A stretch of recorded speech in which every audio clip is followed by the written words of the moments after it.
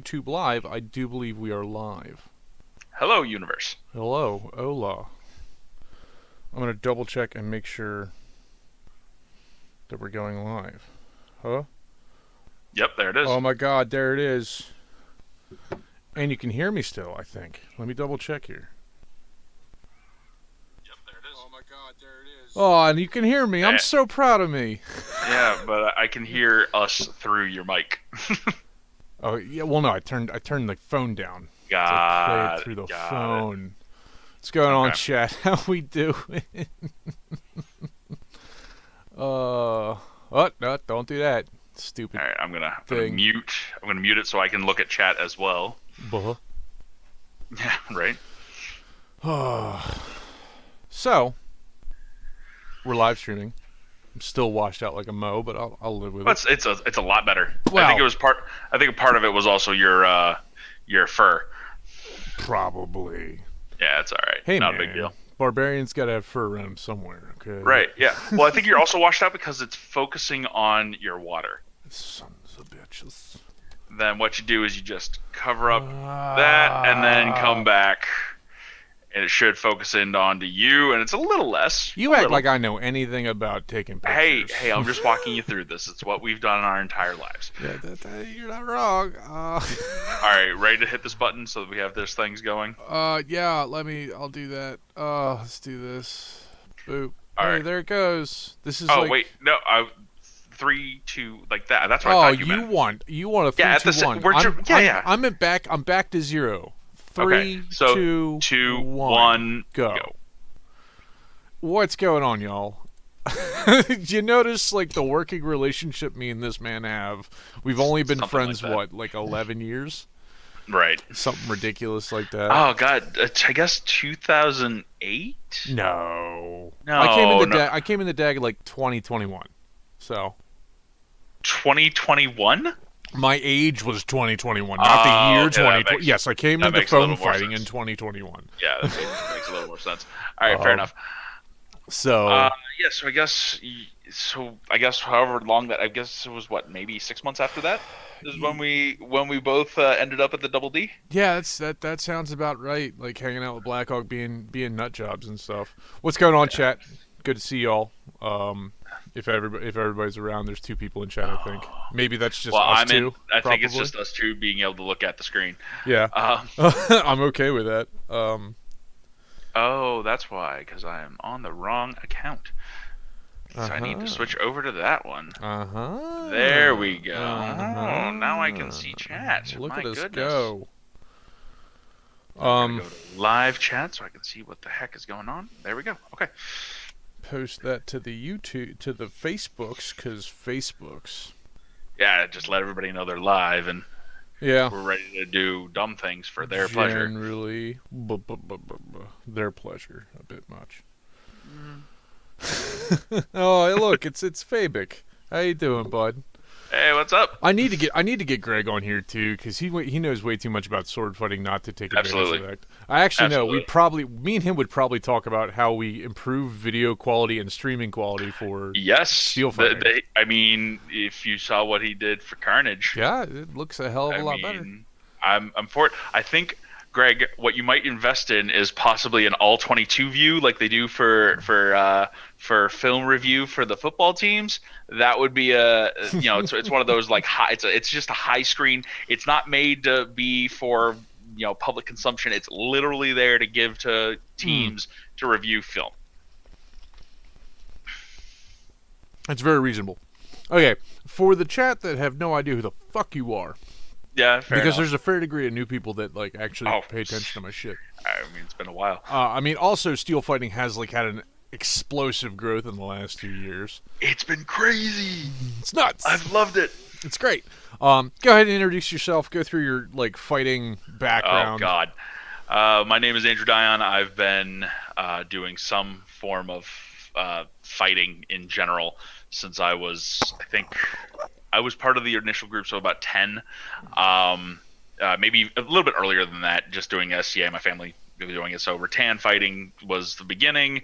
As I got older, joined foam fighting with Dagger here and Darkon and a whole bunch of other ones. And then from that, 2014, joined up. 2013, learned about steel fighting at an event, and said, "Oh man, that would be really cool to do." Watched France and went, "Have to do this," and then joined in at one of the first regional practices on the East Coast. In the area, wearing my SCA kit, so that was a terrible idea.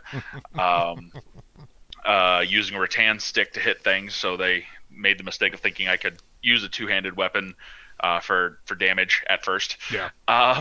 Well, at that point in time, the U.S. meta was just not about two-handed weapons. Everybody was like, "Oh, we're going to wrestle people. Two-handed weapons We're going to use a 7-foot pole arm and try to wrestle people with that 7-foot pole arm." Then joined up with Team USA, was on the 16s team for the first IMCF in Spain, where we took gold. There's a couple videos that I have that are primo for that. Yeah. It's like USA versus Germany is one of my favorite. I love watching that one just because of the complete route. From there, became the regional commander for the East Coast Atlantic region for 2-3 years. Led the First Swords through all and around. Also was the one of the original founders of the Wheel of Pain, and the DC Juggernauts. From that, I've been to, up until recently, I was at every IMCF, and 2015 was in Czech Republic. You can see us in the video in the background right now, where you've got the kettle helm, not the one in the middle, but to the right of Anthony. Anthony's the one red and blue. I'm the one in front line. You can see Paul with his face helm all the way on the edge. Yep. This is us in there. Just the tiniest list possible. The tiniest list for the most amount of people. And you see what happens against the Russians. We literally had no plan, because it's like the Russians. Just go get them. Well, I mean, we'll get back to that once I finish the curriculum vitae. But there's an entire story behind that I actually don't disagree with. Was the polearm champion in Portugal for 2016. Got 4th place there. I was, I'm just looking at all the medals that I have. It's, various and sundry, 1st, 2nd, and 3rds, lots of seconds. You were forever the bridesmaid in Dagger here for a while. I earned and owned the bridesmaid prize for 3 years running. Yep. Which is really unfortunate, but at the same time, it's about consistency. It's consistency. I will consistently be the second best. It's okay. As of 2018, I had to slow down a little bit. Didn't make it to Ukraine, which sucks. Not a lot of people went to Ukraine, dude. Yeah, well, true. But 2018 Scotland was my last international tournament. Yeah. Well, I mean, it's also, there's a video I can show for that too. It's where I got engaged. Yeah, you got engaged. So my wife waited for the perfect opportunity to propose to me on live stream to the entire steel fighting world. It was great. It was perfect. By the way, his second wife, before. I'm the first one. What? Yeah. Oh man. But yeah, that's who I am. I did a whole bunch. I've helped develop the DC area. I don't claim to be anything special. I knew what I was good at, and I did it well. At my prime, I would say I was, at the time for when I considered my prime, I was probably in the top 10% of the United States. We both fought on the Striking Eagles several times. It was, that was in Denmark for me. It was Poland, and you did one other one. I did Poland and Denmark. We were on the Striking Eagles together in Denmark. That's right. Where we got the shit kicked out of us by Ukraine. Oh, man, that was rough. I've only watched that video twice, and I'll never watch it again. Never again. I refuse to watch that one because there's things that happen. There's a lot of mistakes that I was. Yeah, a lot of mistakes. About. Yeah, it's all right. It's all right. We learn from them and move on, and we've done that successfully. We generally try to. Yeah. Now, we've been on the First First Swords, we ran that gambit for a long time. We were like the second best in the nation for the longest time, which was drastically annoying. Yeah, super annoying. It was either second or the joke was First Swords second place. Yeah. Or third place, depending on where we met up against Executioners, or at one point Ursus. California. No, it was not Ursus. It was California. It was the Grizzlies. It was the Grizzlies. We bounced back. We went back and forth with the Grizzlies, but guess what? The First Swords were the only team at all of the national events to ever take a round from the First Swords. Or not from the Striking Eagles. The First Swords were the only ones to take a round. It was every time that they brought the Eagles and the First Swords were in the same match, we would always take at least one round. Yeah. And they always got yelled at for it. They're like, how'd those mooks take it from you? We're like, I'm sorry, guys. I mean, starting up was always it was an uphill battle trying to get first people to show up and do things together. Mm-hmm. But I don't regret it. No, fuck no. I mean, nothing we built but pure aggression. What's up, Shug? Yeah, man. Shug's in here doing the stuff with nightlife, man. The thing is, like, Greg Fabic, he was the other like starter of the juggernauts between the three of us, and then we had Josh. Then we had Josh that came in, and then we started picking up a couple other guys. Yep, we had Z. We had Eli. Yep. Ian. Yep. Can't forget Ian. Jesus Christ, Ian. What is this? Why? Of course, it's not on the playlist that I picked. You malcontent. That's all right. It's not super stressed. By the way, anybody in chat, you got questions for us? We've been around the world doing this stuff. The main reason I wanted to get Andrew on is I actually really wanted to talk about like all of the goofy war stories that we have from doing crazy shit in other countries. For sure. Some of it we can't talk about because some of it I won't talk about. Yeah, it's probably a good reason not to talk about some of it. I refuse to get that deep into it. Did this start over? Oh, this is Russia-Ukraine. Okay. Yeah. It's I had to futz with the camera. I'm at 1 minute. Did you just start over? Yeah, no, I started from. There we go. I got it. Wherever it is. Dude, just give me a time code. Just roughly. Yeah, I don't fucking know. Just look at it. Just highlight it. I don't want to look at it. Yeah, too bad. I'm at 31, 32, 33. There you go. Fantastic. That's good enough. I'll just 36. Nope. Close. Don't look at that. Don't look at that page. Let's go to this page. There we go. Oh Lord. Greg's asking about the train ride story. So in 2015. Okay. In 2015. Okay. So 2015 was the year that Paul decided that he was going to do both, IMCF and Battle of the Nations. He was approached by a couple of the other guys that were going to do it, and decided that he wanted to do it because it's there to be done. Deeds, You're in Europe once. You're in Europe a couple times, but at the same time, you're there and you have the ability to go to a second tournament. You might as fucking well. It was one of those ones where it perfectly matched up, where they were a week apart from each other. Mm-hmm. So we were able to. We were able to do both. We figured out the timing. Paul and I figured out how to get a private cabin with actual beds. Andrew says that we came up with that idea. He figured it all out. Like, he's literally the logistics tech man. Well, I mean, that was the other part that I did for the First Swords, is especially when we traveled coast to coast, was getting the house, getting the ride, making sure that everything was set up so all the guys had to do was think about was fighting. Yeah. And quite frankly, if you don't have somebody that's doing that for your team, get someone. If it's not the team captain, it's somebody that the team captain told, "Hey, you know how to do all this. Figure it out, please." Yes. So we fought in Poland. 16v16 got second place. Mm-hmm. We got all this planned out, and we were talking with the other people that were doing the Ironman.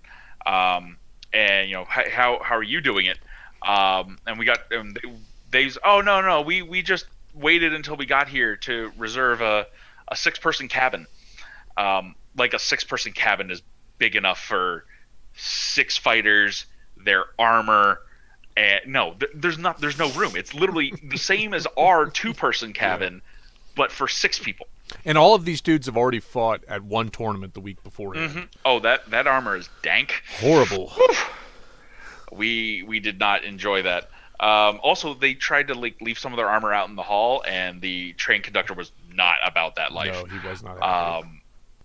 Get on the train, and it's, let's see, I think Zorik and his lady had a private cabin. We had a private cabin, and then possibly the smartest of us was Don. He got a 6-person cabin all by himself. Yeah. Which they then stacked full of gear. Yeah, full of gear, unfortunately. And then you had, oh man, I think it was Bobby D, Amy, Gally?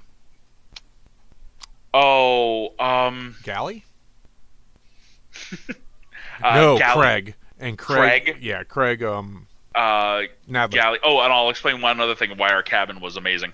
After then we had, I can't remember his name. I believe they're over in the Southwest groups. Mark? I see his lady on. Yes, Mark Elric. Mark Elric. And there was one other, and I am so sorry, I can't remember. Remember, we were all get hit. We get hit in the head a lot.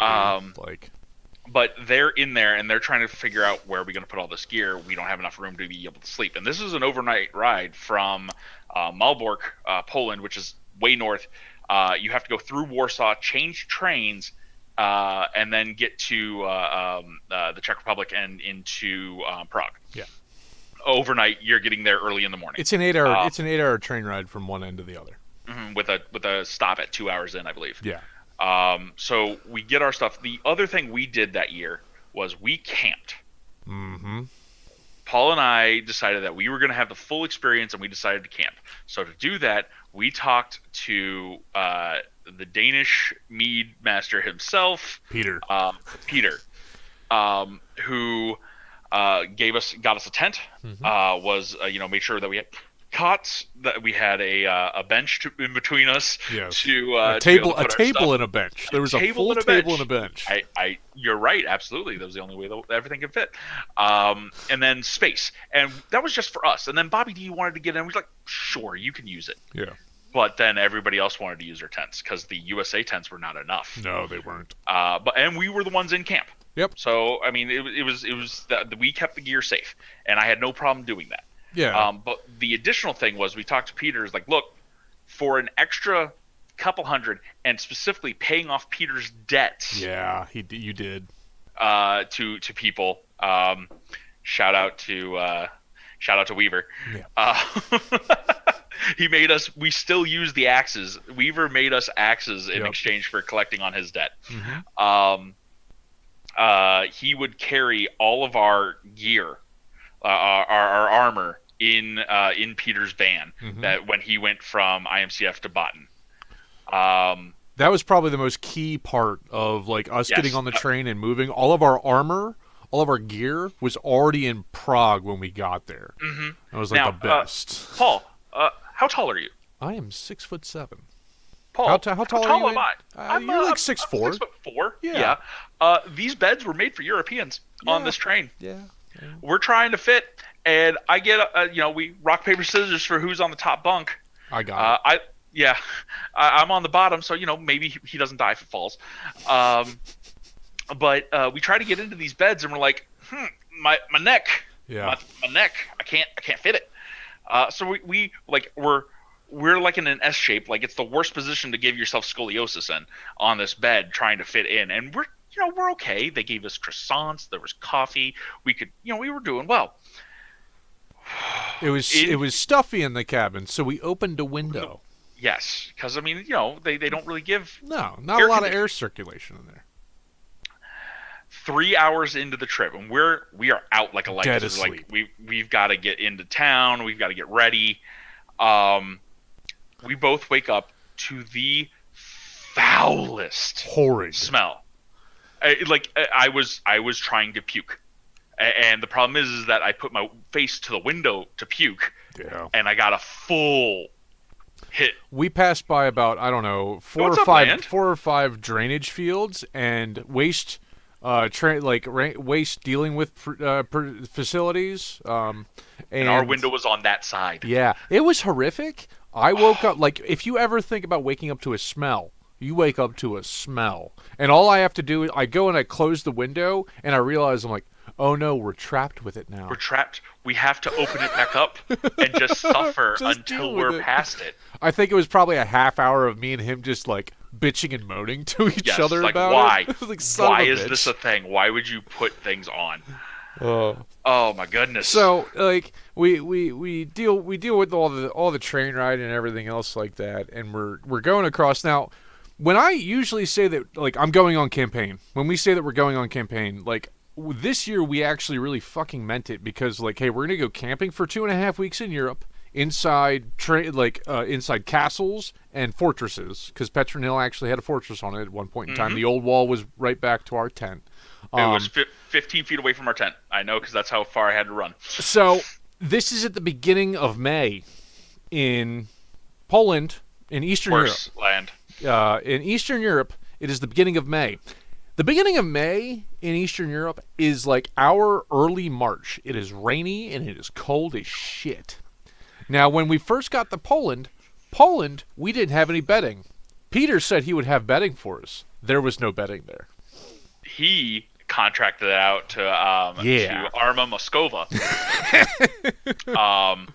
And they hadn't shown up yet because they got stuck going through customs. Yep. So we are just sitting there the first night, looking at each other, going, "We're gonna die." Yeah. We head over to the Danish tent, and we talk with them, and they take pity on the two poor Americans. Yeah, they did. And sell me a woolen tunic, which I still have, and gave Paul, I believe you got a sleeping bag for the night. No, we went and bought sleeping bags, but we realized that the sleeping bags were not big enough for us. They were, again, made for Europeans. Yes. And at this point in time, I'm like 240 pounds. Andrew's at like 300. I was 303 that year. Yeah. Specifically, I was trying to get under 3 again. I haven't done it since Spain. Yeah. So they're made for Europeans. Finally, we get some army blankets and we like insulate ourselves, put on our I slept with my gambeson on before tournament started. Like we were there for 3 days beforehand, and I wore my gambeson to bed 2 nights. Yep. It was the only way to survive. Yeah. Cold, damp, wet. The tent actually kept out most of the water. And we just drank a lot of mead to stay warm. Yes. Oh God. There's so much mead. So much mead. Because I mean, you think, oh, you're just getting a tent for Peter. No. You have access to and reduced prices. Yeah. To the mead. When you're friends with a mead guy, you got a good friend guy. Yeah. At like before tournament in Poland, me, you, and Ringo ended up going like prancing around Malbork day drinking. Like walking around with liter-tall bottles of beer, and we walk into one pizza joint to get more beers, and they look at us and go, "You're not supposed to be drinking those in public." I'm like, we've passed 3 cops, and nobody said anything to us. We're not being rowdy, and we're not being stupid, so we just kept meandering around Malbork, Poland, day drinking. Yes. Bouncing around, doing all kinds of stuff. Malbork was fun. I'm really pissed off that they're going back this year, and I'm not going to Europe this year. Yeah, it's not worth it. At the same time, I want to go to Romania, but damn it. It's my goal is to get ready for 2023 to do Baden. Yeah. That's my goal. I'd love to do IMCF again. Mm-hmm. I think I need to get better and move back in, but that's later. Yeah. Let's finish out that story about the train trip. We get to Prague, and we get all our stuff off the train, and all like 10 of us realize we have no idea where we're supposed to be going. Not at all. So the other guys are trying to find, a taxi or a train guide to give, and nobody wants to talk to them. Nope, not a bit. Why would you? They're loud Americans. We kind of split off to the side because I had grabbed a cell phone before we had left with data plan to be able to, no matter what country we were in. A smart move, no matter what. Oh my goodness. We call up the local taxi company. They send us a taxi and they wave off people. Mm-hmm. Get us in. The guy takes us the shortest way because we called it in and deposits us right at the bottom of Petron Hill. And we look at it and we go, we have to walk up that? No. And then we find the furmuncular. The furmuncular. Oh, the fact that we have to call it a furmuncular and not just a cable car. It's a furmuncular. It's a cable car going up to the top. We get there. Where's Peter? Where's our stuff? Yeah. Call up Peter. Hey Peter, it's 4:00 and it's starting to get dark. I'd really like to be able to set up my tent. Maybe. He gets there with 20 minutes to spare before night, and proceeds to ask us if he can put some stuff into our tent. And it was because he had to deal with 3 different countries that wanted stuff from him. Yep. And he needed to hide things to get things out in the right order. Yep. And that's okay. I mean, whatever. Yeah. We're here. I don't know who Midstorm Cloak is, but we've done it. Yeah, it's a terrible idea. It's not fun. It's not fun. I mean, the last time we did it, my knee gave out because he got the best kick on my thigh. Yeah. If you want to see a 1v1 with 2 Titans, you go look for me and Brink. Oh, that's funny as shit. That was such a good fight. Oh, it's such a good fucking fight. That was rough, especially when he threw me over the rail. He threw you out of the ring, and then you still kicked his ass. Well, I mean, the only reason I did that is the only way I can win this is if he quits. Yeah. And I got lucky. He gassed himself on that fight.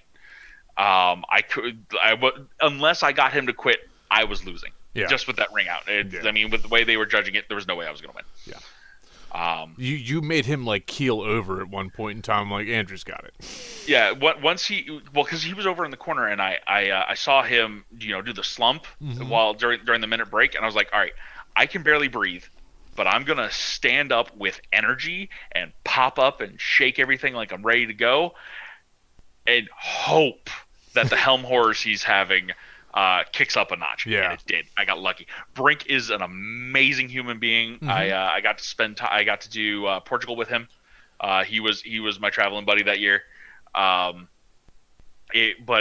yeah, that fight's a good one. Look for that one. Shout out to Jerry Lawson. That man's doing some work in mid-40s, I think, Jerry, and he's a fighter. He doesn't give a shit. He wants to fight. He asked for both of you, what was your most memorable fight and why? Wow. Huh. Memorable. So there's 3 different ways you can call memorable. One that everybody can talk about, one that you remember, and then one that's just technically sound.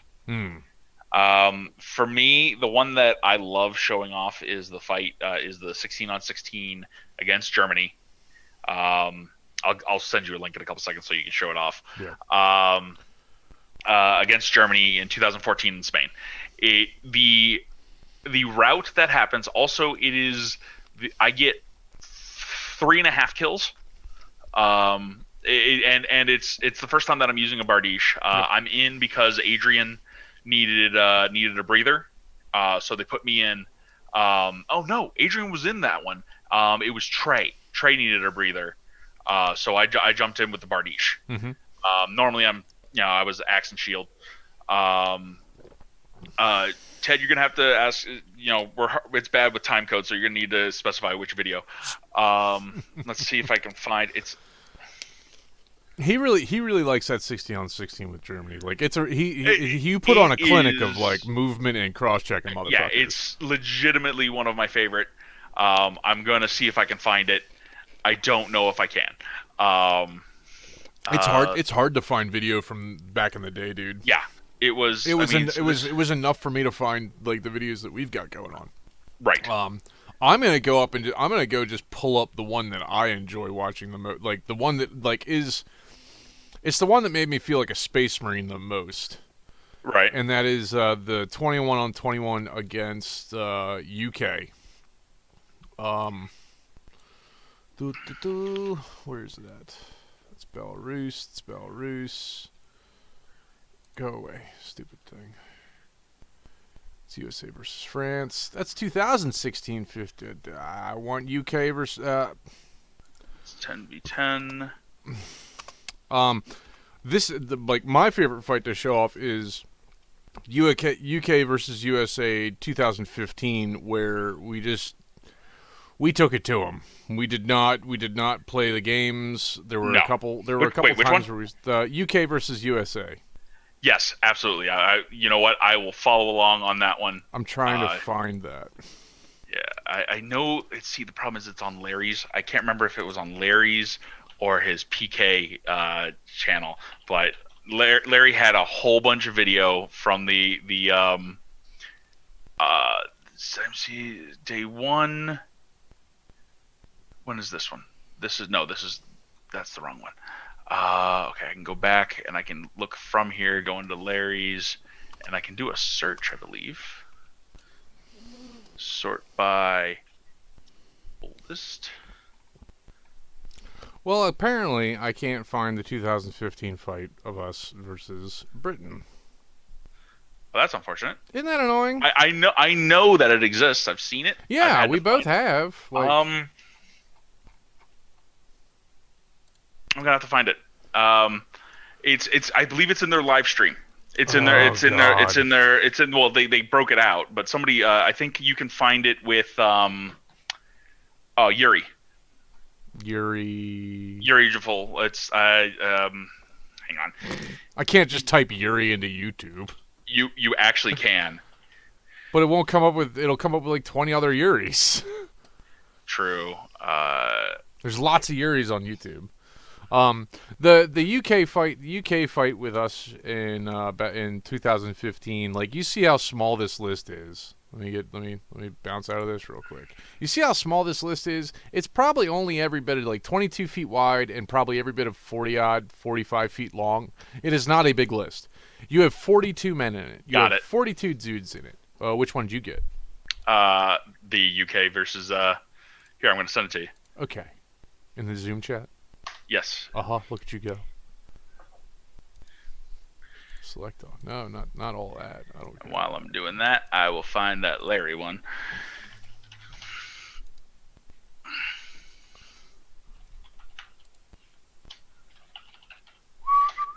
So my job is IT. So this is one of those things that I just really enjoy doing. Yeah, I'm terrible at it. As much as I try to like. Okay, here we go. USA, see how big this friggin' list is? Look how many dudes are in this. Here I am doing dumb stuff. I do believe Andrew's right here, floating halfway into the middle. They just got a random UK guy. They're just chopping. Give me your time code really quick. I'm at 19, 20, 21. Yeah, cool. So we're just. It's tiny narrow. It is hilariously skinny. I also forgot completely that we were at Bout and you could wrap around the list like this guy's doing right here. It's just a thing to know. And right now I'm basically just being a damage sponge and holding this one guy up because I've got like 3 dudes hitting me. I'm ignoring them. I'm mostly trying to block further damage for you. Yeah. At this point. And then we slowly press. Then I'm bounced far. Then I'm bounced into the middle. Yeah. So I'm beyond. I've got a red. I'm that kettle helm. That's not. Wasn't really doing much. Yep. That's right. I lost a weapon. This is the first. Oh, there we go. Yeah. There's this big old malcontent. Just like I'm gonna go sit on this red guy. Shield. This is 2015 fall over. It's great. But they just kind of we walk through them a little bit. Like, this Britain team is no joke. These guys are actually pretty good fighters. This is actually the start of White Company is in here, floating around. Yeah, for sure. They did pretty good at this event as well. So 21 on 21's 42 dudes in a really tiny list, and it's just a grind. And At one point in time, like, I'm surrounded by bodies, And then I look over, and Andrew's just standing in the middle of the field, and he takes an immediate left turn and goes and knocks over like 5 dudes. And I was like, yeah, completely changed the fighting field. Didn't actually get the. Okay, so this is the link for my favorite, the memorable that he was asking for. Yeah. USA Germany. I can't find. There's an overhead view that I wish I had. Yeah. But yeah. So, Ted, honestly, I don't know where that video is. I know that Jay has posted He posted video a clip. Yeah. It's in one of their night fight setups. It was one of the first. Armored Combat Sports, their Facebook page has it on there. He shared it in the last week. I'm just not going to pull up my Facebook while I'm live streaming. So, okay, we're doing this, and there's a standoff highlight of me. Oh, right, I'm watching the actual stream. So yeah, you're doing yourself a disservice there. Yeah, there we go. Okay. Eventually, I'm going to kick over. You're going to see me starting to look to the left. Yeah. At one point in time, he looks to the left and just says, "These guys look nummy. We'll go deal with them." Well, I'm bored because I don't want to. There's these axes that are just hitting, and I mean, yes, I can take damage, but I need to save this shield. You don't just want to take damage, right? There I go. Yep. Oh well, the stream is behind you. There he goes. Yeah, and then pull 3. You'll see if you saw that there, you had the what's it called? Anthony Lynch, Lion of 2015. Oh yeah, just crazy, an amazing human being. Followed in. I cut over past him. He cuts by me. That's where this is Anthony Lynch right here in this big kettle. Yeah, just throwing dudes to the ground. It's ridiculous. I'm actually kind of surprised that we had as many long pole arms in the 21 on 21s. We were trying to match what the meta was at the time. At the same the European teams, they just weren't nearly as efficient. No, well, that's not true. Any of the Ursus guys that was holding a pole was, if they could get somebody, they were hurting somebody. Yeah. Problem is that our shields up front were not willing to take the initial damage to get our poles in range. Yeah. And once we did that, it really changed the game. Yeah. How tall is that guy? Anthony Lynch. Anthony Lynch is as tall as I am. He's 6'7", and he is every bit of insanely huge. Now I'm just like, to deal with these assholes. So, fight 2 started up, and it's just me getting beat on by this one dude. Again, so they had put me in the middle because the middle was weak at the time with us. But then I saw how the first fight went, and I went, no, I'm not doing that again. There's no reason for me to be there. I need to be over on the right side to be able to hold it. So Paul and I just, holding that edge. We're right next to each other. At this point in time, I think I draw a line in the sand. Right now, I think I draw a line in the sand, and I tell them to come and get it. This is also you wiggling. Yep, there it is. There it is. There's the line in the sand. Nobody wants to go over it. I'm like, I drew a line. You don't want it. I'm going to come over there. There, enjoy. Gee, I wonder why. Yeah. And Andrew's like, I don't want you to get hit by a pole arm. But yeah, so I'm okay. literally putting the shield over top of his head. Which, I mean, 6'4" to 6'7". Yeah, well, I cramped down a little bit because the guy is shorter. The guy's exponentially shorter. Yeah. Do we make enough? No. This is a net negative. I don't know who told you that you can make money, but you cannot. Bruh. Where did you see that? Just mid-Stormcloak. Oh, and enough events to make a wealthy income? Absolutely not. This is not a vector for making money. The most Paul and I have ever made is $100 each. Yeah, and that was when we went to Florida and took Alex Cooley's money. Fuck him. Yes, we did. And then there was also, and then from this, here I go again. I'm gonna run off, try to do the cross again. Smash him at Gashi. Yeah, so it should be coming up in just. I do believe this is Rich Ellswick here next to me. Either that or it's Bo. No, it's not Bo because it doesn't have leopard print on. Yeah. So, but that opened up that left side. Yeah, that left side kind of collapsed. Yeah, once that left side we were able to contain them. Just start hammering in on people. UK guys are amazing. Oh yeah, they're tough. They're a tough group of dudes. And I've liked every generation. Like even when like sometimes I get into it with Pavel. Yeah. I have no malice, none. I know the quality that I am and the quality that he is. Mm-hmm. But the benefit of that is that I don't need to have any pride to go with him because I know I don't have it. No, yeah. So one day I would like, my goal for 2023 is to get back to, I want to be at that level. Part of that is I'm on a diet now, getting back down. I hit the heaviest I've ever been in my life. Oh, by the way, real quick. This guy that just fell on the ground, he's going to fall out of the list. I broke his faceplate strap, and the bottom, I backhanded him with the pommel of my axe, and the pommel of my axe went into his helmet. I thought I'd killed a man. Oh, no. He just dropped to the ground, and I was like, oh, no, have I hurt you? I apologize. Your helmet broke. I watched his faceplate go kirk, and my fucking pommel went right in. I was like, oh, no. And then we get through that. No, I don't want to look at the total really quickly, I'm just going to look through some of the questions that we got. So that was Paul's most memorable. Really quickly, nightlife, any domestic fights either of you two love to show, or your favorite fights you've been a part of? Yes, there's a fight in over in Albuquerque, where it's the First Swords versus the Desert Demons. I love that fight. We don't win it, but oh man, it's also the fight where Simon breaks his baby. Which one are you talking about? His chopper that he got. Oh yeah. And literally, the first event he got it, 3 strikes in, he breaks it, and you could just see the most despondent walk away from him that I've ever seen. By the way, this is the Germany 16-on-16 that's playing on the screen right now. Yeah. So, okay, you just started it. Yeah. Cool. Yeah, it's just going.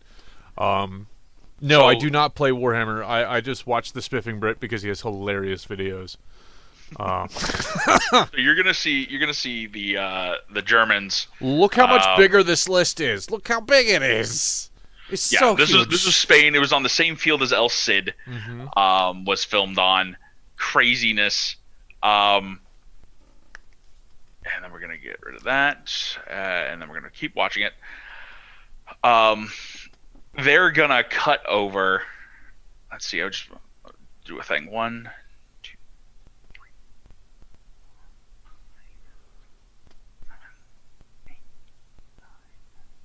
It's okay. It's a 10-second delay.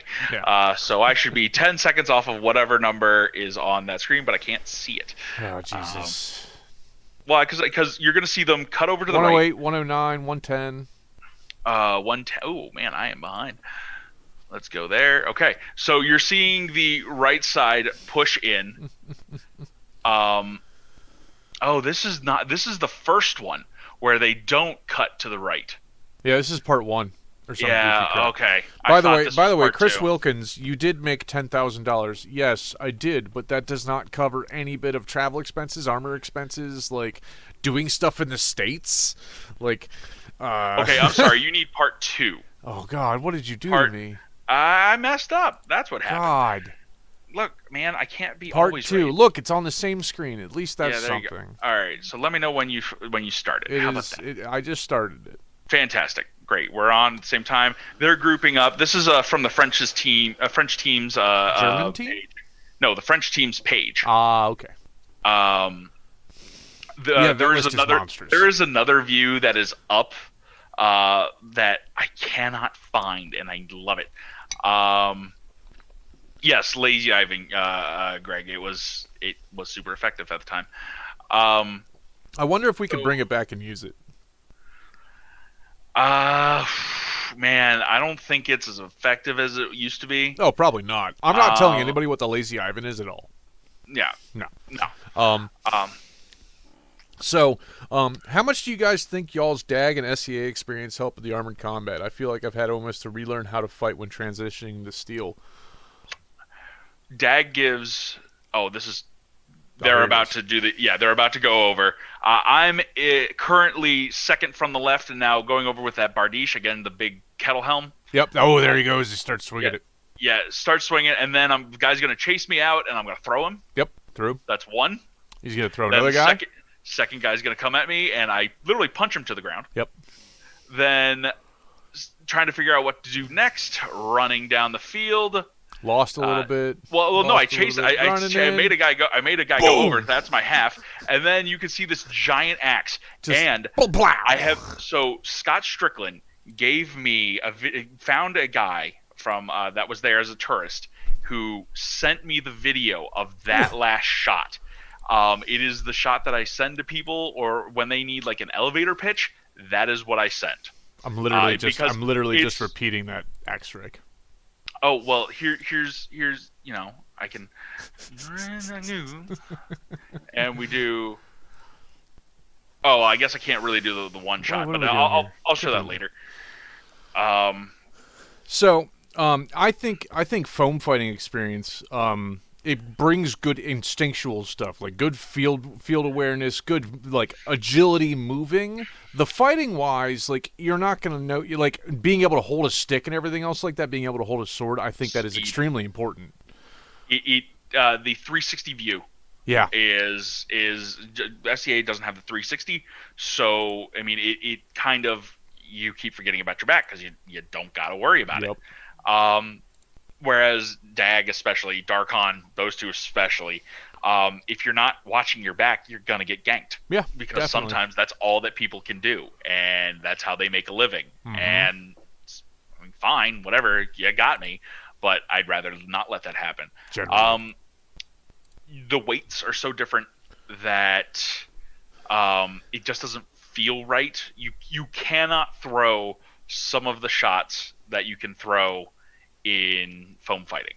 That being said, there's a lot of transfer, and if you have mechanically proper movement, and the Warlord guys are beautiful at showing this. Now, a lot of their stuff is really arming sword rather than falchion, but they still are showing that proper mechanics, and it's beautiful stuff. If you have a chance, check out their stuff. I highly recommend it. Any amount of holding a sword or sword analog in your hand helps, no matter what. Absolutely. Like experience, like you can also get a lot more reps in fighting rattan and foam. Like I can fight 50 fights in a day of rattan and like 100 fights of foam in a day. I only get to fight like 10 fights in a day of steel. So like that's a big thing is reps, and that's kind of why I'm pushing the foam fighting being pushed more in the States for training, like doing soft kit like 2 or 3 times a week, and then you have a steel fight every other week kind of thing. So you're not beating the crap out of your really expensive gear. You're not breaking each other because everything's heavier and slower. For sure. But at the same time, putting your helmets on, like your actual helmets on, and doing like movement drills and communication drills and stuff like that with your actual helmets on. So you can gain that experience of being in a helmet as well. I actually did a video with Kraken about running a practice. Because he's been writing up some serious write-ups about his practice and everything. And it's great stuff. And that's one thing that has changed since the beginning is just the amount of information being shared rather than hoarded between groups. It's also the fact that there's a lot more assholes doing it. And that certainly helps, and there are people that are willing to say things. And that we didn't have that at the beginning. I walked in, so first practice. First off, I'm wearing leather armor. I'm wearing the leather armor that I used to wear at DAG because it was just legal. Very thin. I mean, because I would normally wear a plastic armor underneath it for SCA. Oh man. This game has changed how much what I wear for the SCA because I'm like, I mean, yeah, that hurt, but it's not a steel weapon to the back. You have a lot less people that hate you in the like going to rattan fighting events, so I still wear like solid plastic junk. Well, you have a reason. Yeah, generally. By the way, I'm not a part of the SCA. I beat them up. Yes. Do you play Mordhau, and are you going to play Shiv too? I don't play Shiv. I play Mordhau.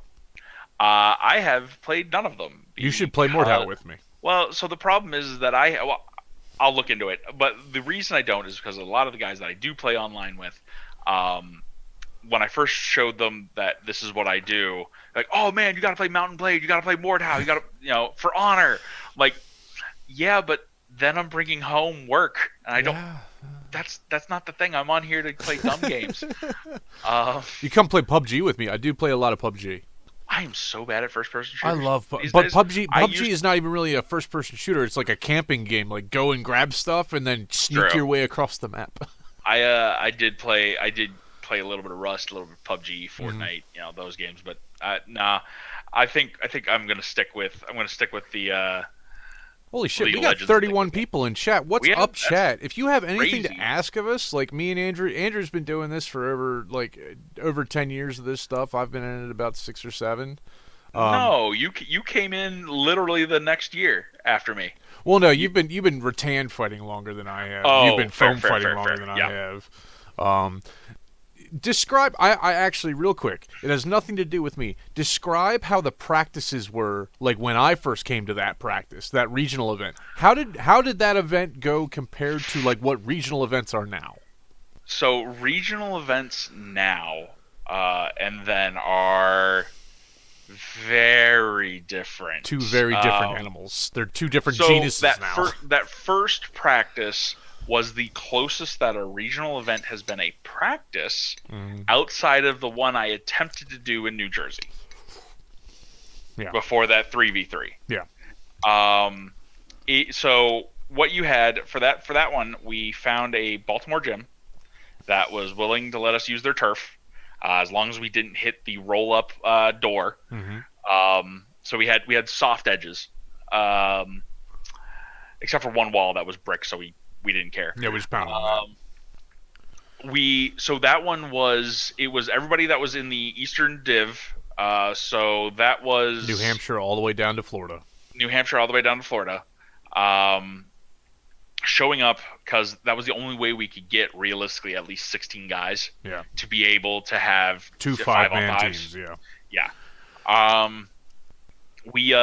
It started out with basic stretching, basic exercises, talking about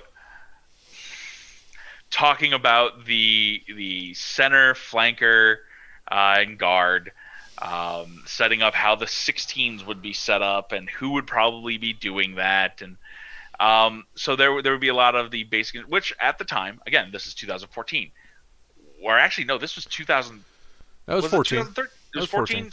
So it was. That's right, because it was right before I went to Montreal. No, wait a minute. It was 2013. It was in. No, because it had to be 2004. It was either 2014 or 2015 because it was you were on Poland was your first one, right? Poland was my first one. I went to Illinois before Spain. And that's when Andre asked me if I could make it to Spain, and I went to that regional practice right before going to Illinois. That's right, and you said, no, I can't do it. Okay, yeah, so this was 2014. Yeah.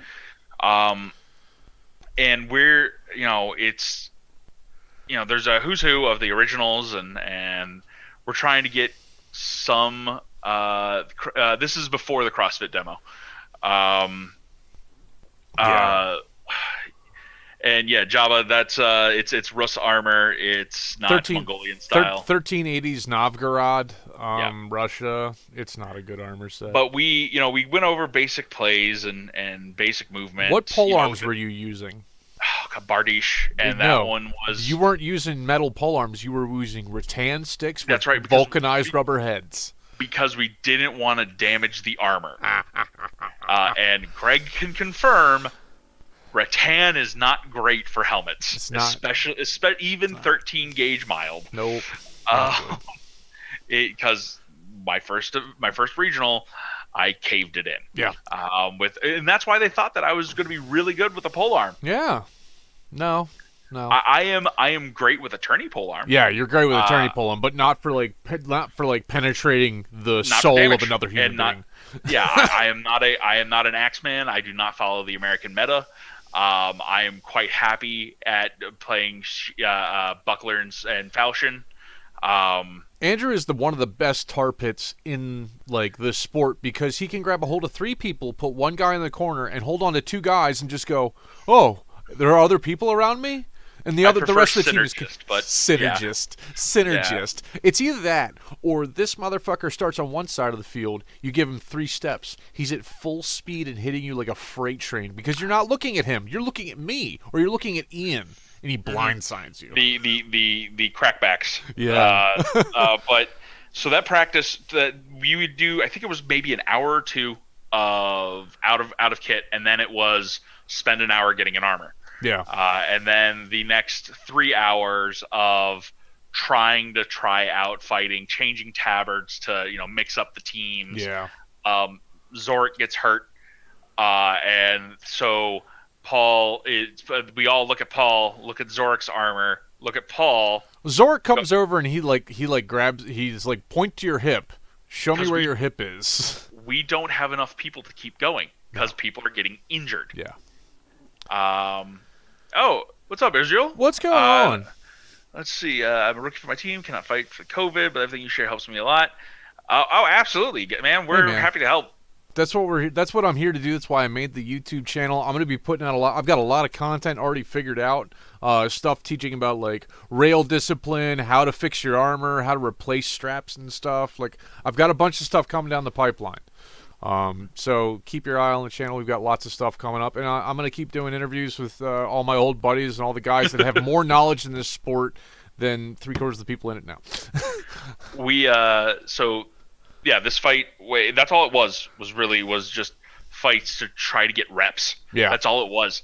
Now, regional practices, like let's move forward to when I ran one. Mm-hmm. It was even then it was out of kit, warm up, talk about what we're going to do for the day, get kitted almost immediately. Yep. Because it is not, if you're going to do armored kit practice, get it done, get it moving. Because if you leave people in armor too long, you're wasting their time. Yeah. And so doing all that, getting reps in was more important, but also we could then talk about it. Yep. Now, most practices that I see start in soft kit, and that's where you get your reps. Mm-hmm. And it is changing so much. We're based in near the Baltimore DC area. He's down in Northern Virginia, and I'm up in Maryland, the hills of it.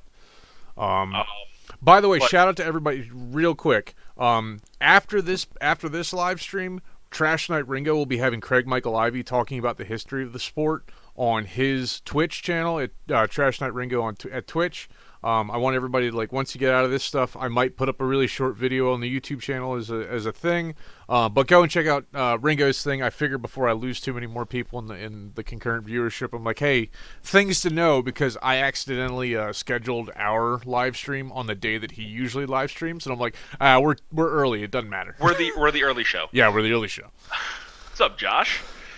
What it do, Carnage?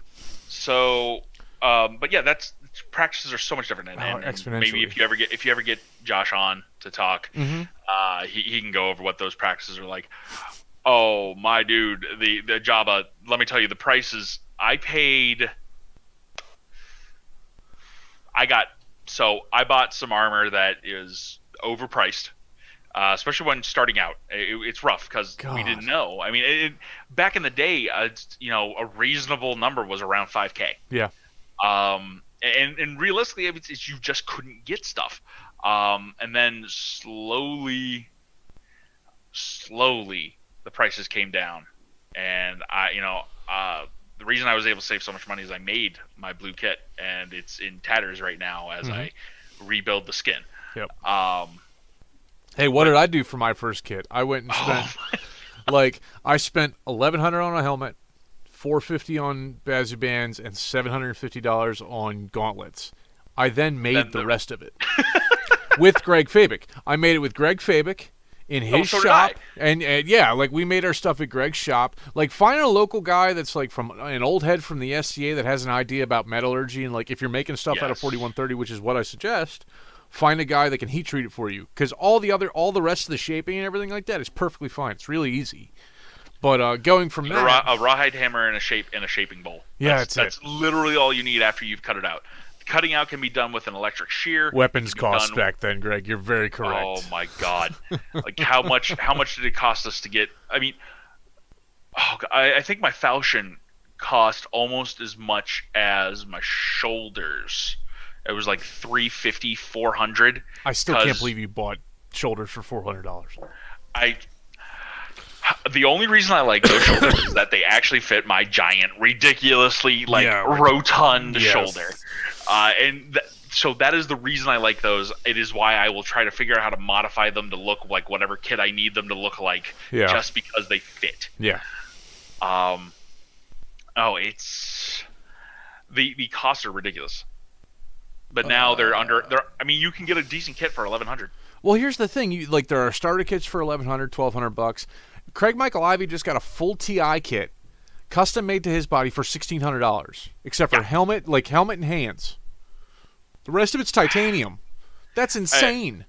Mid-store, I gotta disagree with you there. The more you spend, not the better the quality. It is.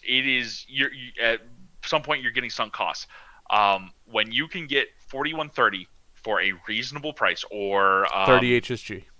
30 HSG, or whatever. I think whatever Nadler's doing, Rockwell.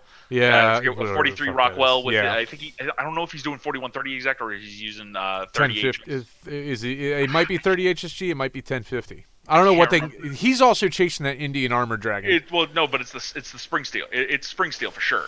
Yeah, it's 1050 is still spring steel. Whatever it is, his stuff I recommend. Just because eventually he's going to have a mass produced with a company that knows exactly what hardness and what he wants. He gets quality control. Yeah, no, he's real anal retentive about it too. Yeah. Let's go through the questions real quick. You got to go around here. What do you think the current state of the U.S. strategic meta? It's here's the thing. Like, we have Axemen and grappling. The grappling needs to get fucking better.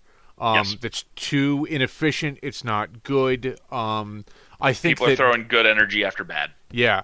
I think field dynamic, extreme dynamic field changes, like what the First Swords used to do with the Major Cross. We'd start out with having me go across one way and Andrew or Ian go across the other way and completely fuck them up.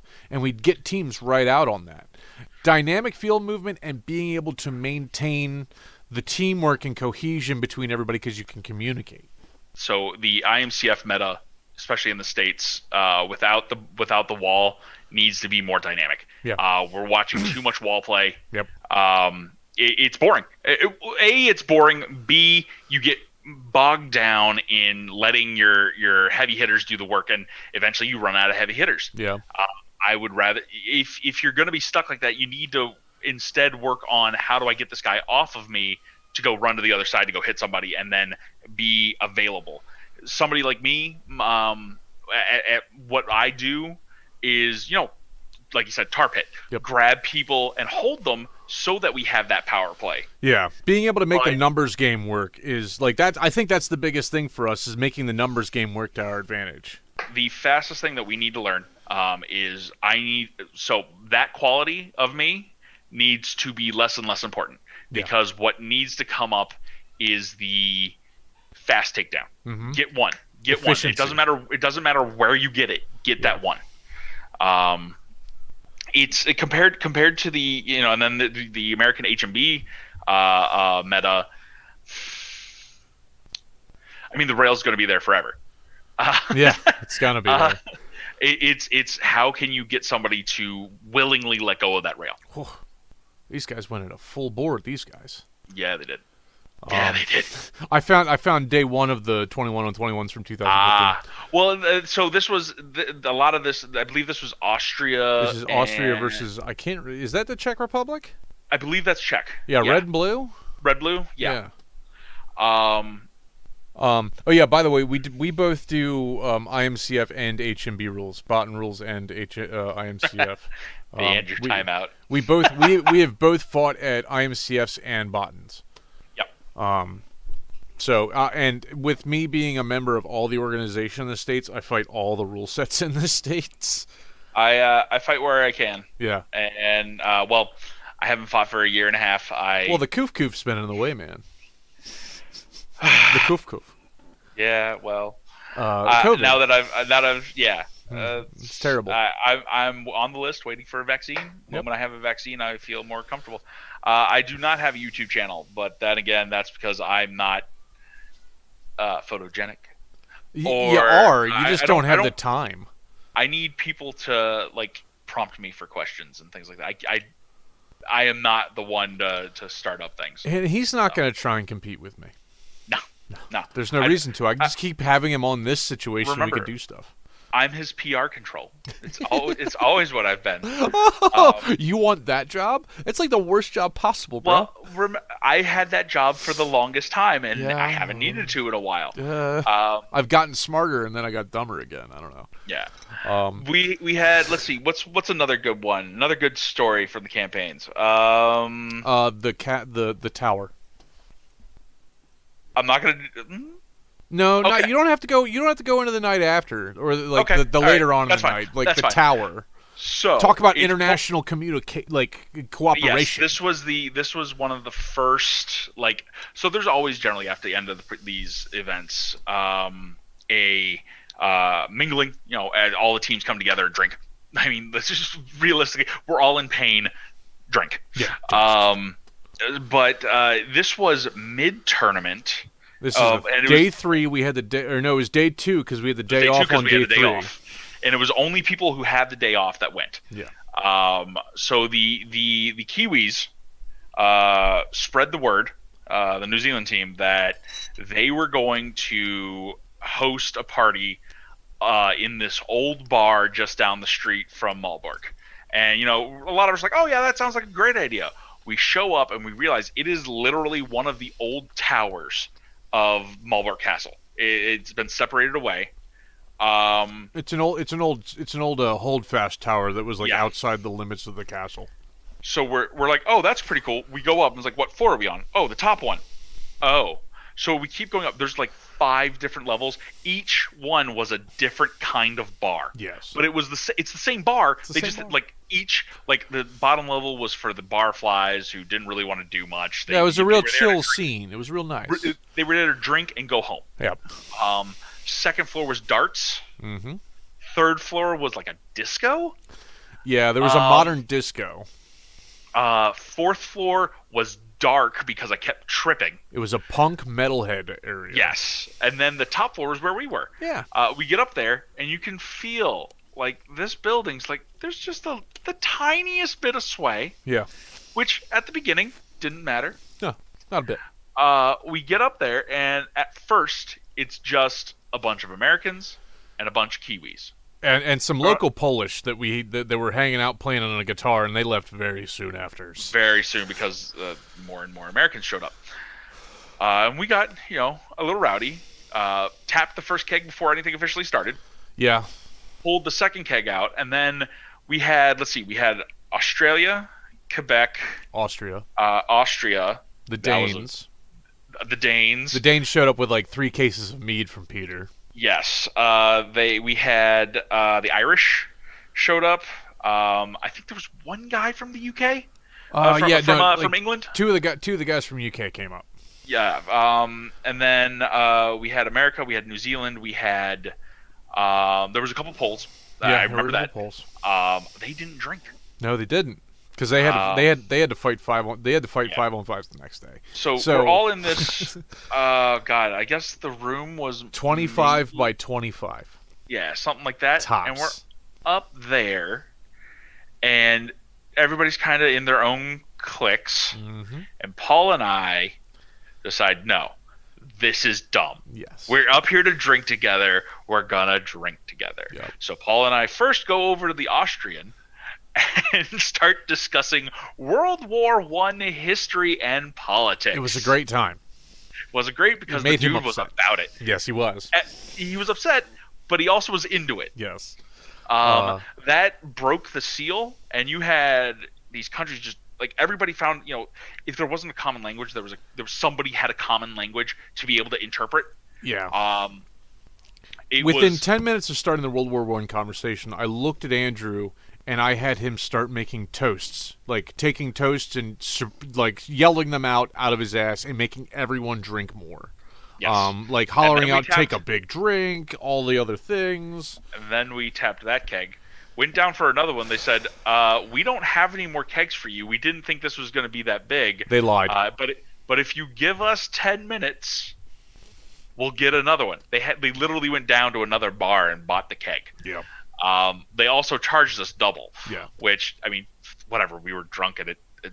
Zloty. It didn't matter. It didn't matter that we had to pay double for the next keg, because the keg after that, Andrew and the Kiwis. Andrew is a rugby aficionado. He played rugby for UMBC. He's like a fucking amazing rugby player. I enjoy. I found your old videos, you malcontent. All right, fair enough. You were very fun. So he's an old rugby player, and you went over to New Zealand as an exchange program with school, right? Right. Yeah. So you go over there and you learn the haka. Well, the team. No, first off, they didn't expect to get a foreign exchange student. That nothing was like planned, and then I hit them up out of the blue prior to the semester. It's like, hey, come in, like to play a few games. Even if it's on the B team, doesn't really matter. Yeah. I just want to play. They were cool with it. Played with them, drank with them, partied with them. Basically it was primary reason I was there.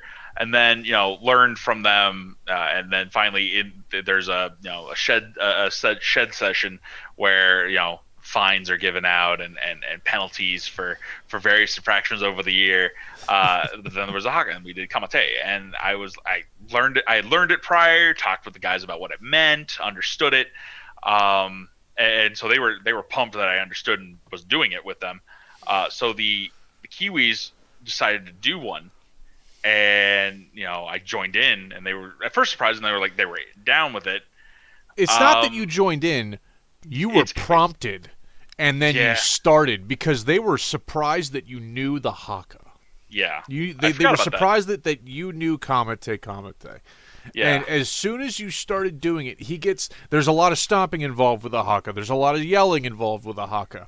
And it's not just me; it's also what is his name? I can't remember it either. Bennett. James Bennett. James Bennett. He and I were the main two doing it. Yep. There's a dark video of most of it, but the bar owners sprint. It did not go longer than 15 seconds before you heard the cavalcade of noise coming from the stairway as this bar owner breaks through the door and goes, "Stop! And You're going to break. Very You're going nicely. to break the tower. Yes. Please stop. We'll give you another keg if you stop." So we then got another keg, and I think we only had to pay like 20 zloty for it, because it was like half a pony keg or something like that. It was basically the cork fee. It was good. It was also I personally don't remember anything else. Nope. Nope. So he doesn't, because I carried his ass home 3 fucking blocks. Yeah, it was rough. Carried's a strong term. He slovenly leaned all of his weight on me as I supported him as a crutch. I do not remember leaving. No, he doesn't. But what I do remember is that became a tradition. Yes. We did it in Portugal. We did it in Denmark. Scotland was a little harder to do, but it has been a tradition of if we can, while we're there, the countries get together, and I think that is really cool. International cooperation, the reason why we're all the fuck there. And that was actually one of the biggest reasons why me and you wanted to camp out for 2.5 weeks, is because we actually wanted to spend time around the other teams and be able to for the culture. Yeah, do the thing, because why the fuck am I going to go sit in a hotel room with a couple other Americans? I'd rather sit down with a bunch of Danish with really pretty girls and the good booze and happy folk and a bunch of Polacks that don't want to talk to me or anything like that. Oh God, that was. How did you guys first learn about the sport? How long was it before you actually stepped in the ring? Do you want to go first? A day. I went and met a bunch of dudes. I showed up out of the blue. You're like, "Hey, I'm down here doing this thing. You should come and do it." And I think I came down mainly because Austin Wimberly was there.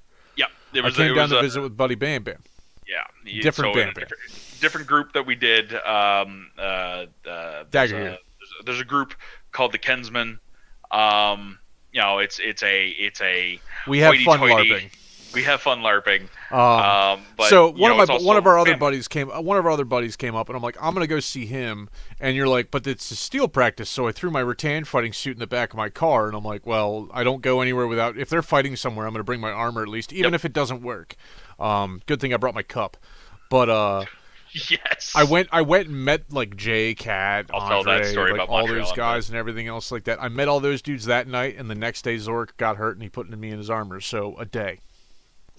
For me, it was, I believe I first heard about it just prior to. Yeah, so I heard about it. I think the first time I ever heard about it was on the Daggahir web boards, where Steve P. He's a local guy, Darkon guy. Oh, he was. I can't. I know the name and I can't remember it. He was there, so everybody was watching just because of that. I was like, oh man, this is really weird. This is cool. What are we doing? Forgot about it promptly. Was taking a couple of my buddies, Iron Will and Iron Will specifically, to a last chance authorization for Penzing. And one of the guys that was helping run everything at the time was there. And I brought up, oh yeah, I heard about that. And, trying to learn the rules. This was right, I guess, last chance. I guess this would have been July 2000, either 2012 or 2013. Steve Terrell, that's his name. Steve Terrell, yes. I haven't heard that name in forever. But he tried to explain it to us, and we're typical Americans not really understanding what the whole point was. Like, you mean, can I grab the guy and then throw him? I was like, yeah, but you're not gonna have a chance. Like, and I'm imagining something completely different. Forget about it. After Penzing. Eventually, there's a couple guys that really suggested that I should show up because I was interested. I reached out. First fight was in my Skadian armor. That was a nightmare in of itself.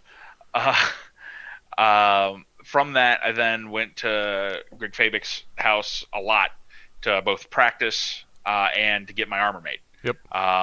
Ulrich O'Connor gave me some steel that he had. Mm-hmm. I was able to make my kit. I had other pieces that I had bought. Again, expensive. But I guess I want to say my first real fight, like true fight, was 2013, late 2013 in Illinois. It was the Nationals, because I mean that regionals was just to prove that I was there, and then got told lose a crud ton of weight. Yeah, that was kind of shitty of them, because like they only had like 40 dudes that were gonna go. Yeah, so I mean, not everybody's gonna make it. Not everybody's gonna make it. You gotta prove it to me. I was like, well, gave myself a minor eating disorder, but I got myself from 360 down to 299. Gotta love leadership, right? Yeah. Yeah. I did it though, and it was good for me, and I've been chasing that dragon ever since. I've just always had a hard time with it. I think I'm there's something chemically wrong. I'm going to take care of it. It's called you getting old, son. I refuse to accept that. So I want to say that it took me 4 or 5 months between first hearing about it and getting my first real fight. Yeah. And then it just took off from there, because I went from that fight in Illinois, I went up. We had the second regional in Baltimore. Then we had a Montreal tournament that I went up to, where I got just like my Nutty Buddy moved at just the wrong time. Just a little bit. And Marc-Andre, just his axe, just perfect timing, up right in, and that was the time that I had to, while I'm holding on and trying not to puke in the middle of the ring, because in my head I'm going, I can't puke. My helmet is a Colander. Yes. Yeah, the 3 mile race. Oh, they threatened it.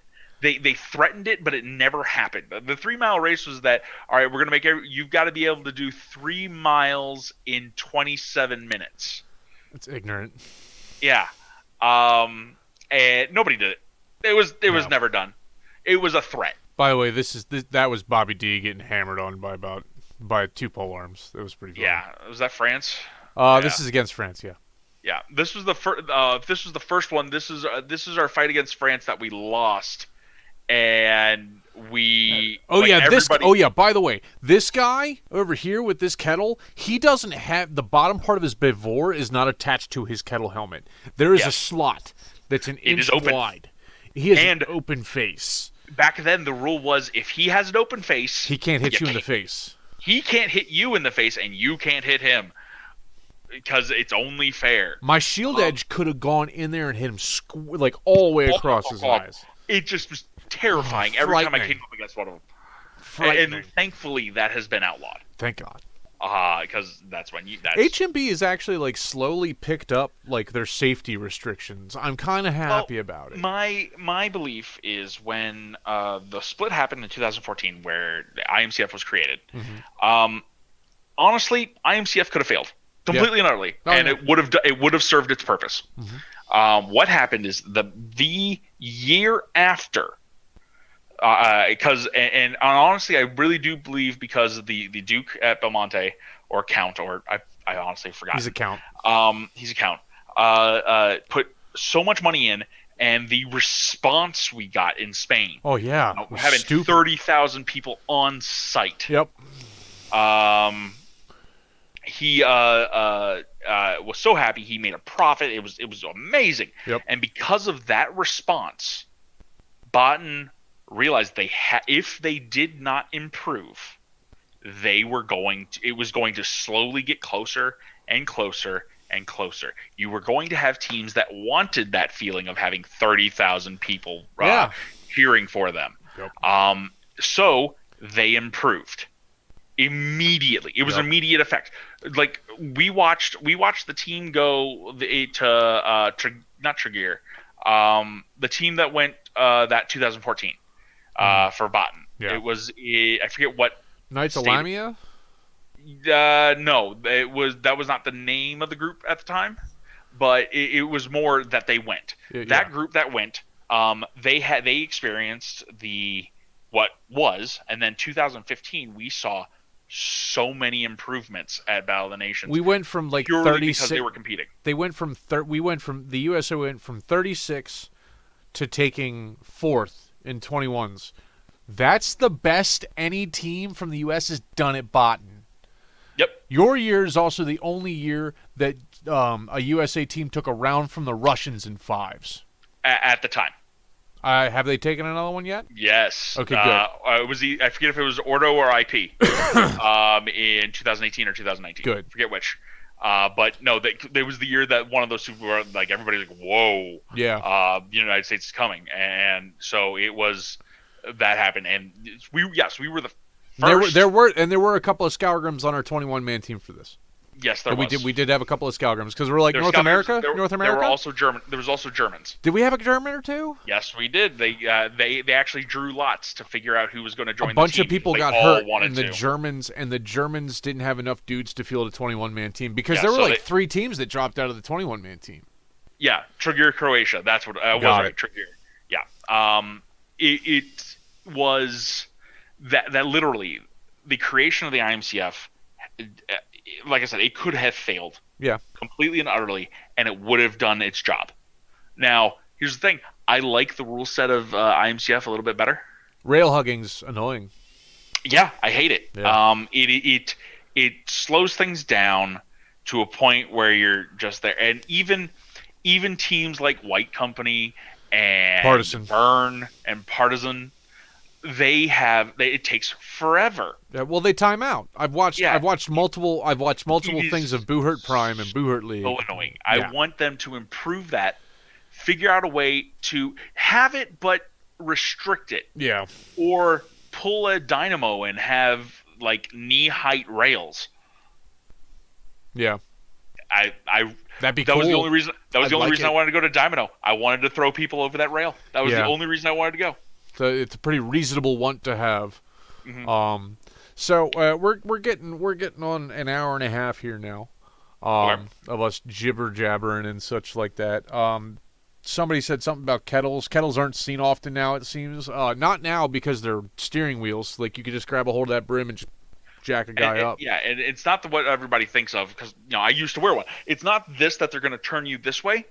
It's all they have to do is put their gauntlet right here and lift. And if you're wearing a proper chin strap, you're stuck. Yeah, you're done. They own your head. You've got to have massive neck muscles, or have a chin strap up and have a strap from your helmet to your chest piece to keep that from affecting you. It's why I changed out of it. I went from a kettle to a pivot visor Sugarloaf. Yep. And now I have a nasal. I want to go back to a Sugarloaf, and now that Nadler's getting them in mass quantities, I might be able to, especially if I can get the armor to be medieval enough. Yeah. Authenticity committee, I will make a kit that will pass that. I will just to go, but I'm gonna complain the entire time. I'm gonna bitch the whole way. Yeah. You should. Do you know CJ's new helmet, right? No. I'll send you a picture of it. You'll giggle when you see it. Okay. Because it's the complete opposite end of where I'm at now. Oh, okay. Yeah, it's completely. You mean different. air holes? Yeah. Oh, okay.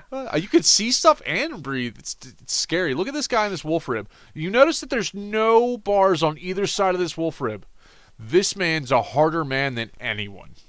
Yeah, I mean that's what most guys wear. Yeah, especially the white company wears them. Yeah. Now there's bars. There's it's a 3-bar rule where you can have a vertical and a vertical. But you're only allowed to have 5 horizontal bars. 1, 2, 3, 4, 5. Yeah. Okay. Yeah. Yeah. You're only allowed that, and then if you want to have safety bars, they have to be behind and blackened, so you can't see them. And yes, Gothic late 15th century has been used. There's lots of kits. They're really pretty. Bella's face, Basnets, and such like that, or whatever the fuck. I mean, Ian. Yeah, Ian runs around in one. He's actually got a nasal now and a full titanium kit. Yes, I know. Because Ian's a dangerous man. He doesn't need to be a tank. I need him to move. Well, yeah. Like he told me the titanium shins and knees. He's like, this is the best thing ever. I can move. Oh yeah, it's great. I'm certain. I will never wear it. Yeah. I'm gonna go ahead and cut us off here soon. Just because we've been going for a while. I want to thank everybody for coming out to the live stream. I want to thank Andrew for coming on, and we'll talk about the old school stuff. I think we should do another one of these at some point in time, talking about the United States situation, because you had your hand in a lot of the development of it, and you can see where it is now. Yeah, and I'll say that the development has been exciting to see. Yep. There's more good than bad, and honestly, sometimes that's all you can ask for. That's really ever onwards and forwards, I say. Yeah, and having a unified view is refreshing. Yeah. But even still, there are disagreements, and there always will be. Yeah, always will be. I mean, you have 3 people, you're always going to have an argument. Yep. I mean, doesn't matter. It is what it is. Yeah. I am excited to see where it goes. Yep. I have a feeling that when I finally put up the kit, I'll be still involved in some way. Oh fuck yeah! I'm not letting you go quietly into the night. Fuck you. Well, I mean, if I have to ref, if I have to. Coaching and reffing is very important, but we're not going to go into any more of this. Administrative? Yes. Shut up. It'll be fine. Okay, everybody. Thank you for coming out. My link tree is somewhere. Check those out. I've got new T-shirts floating around, all kinds of stuff like that. Check out Trash Night Ringo at Twitch. He's going to be on at 9:30 talking with Craig Michael Ivey, the polyamorous tantric sex guru. He's going to inform us about the history and how he sees it of the sport.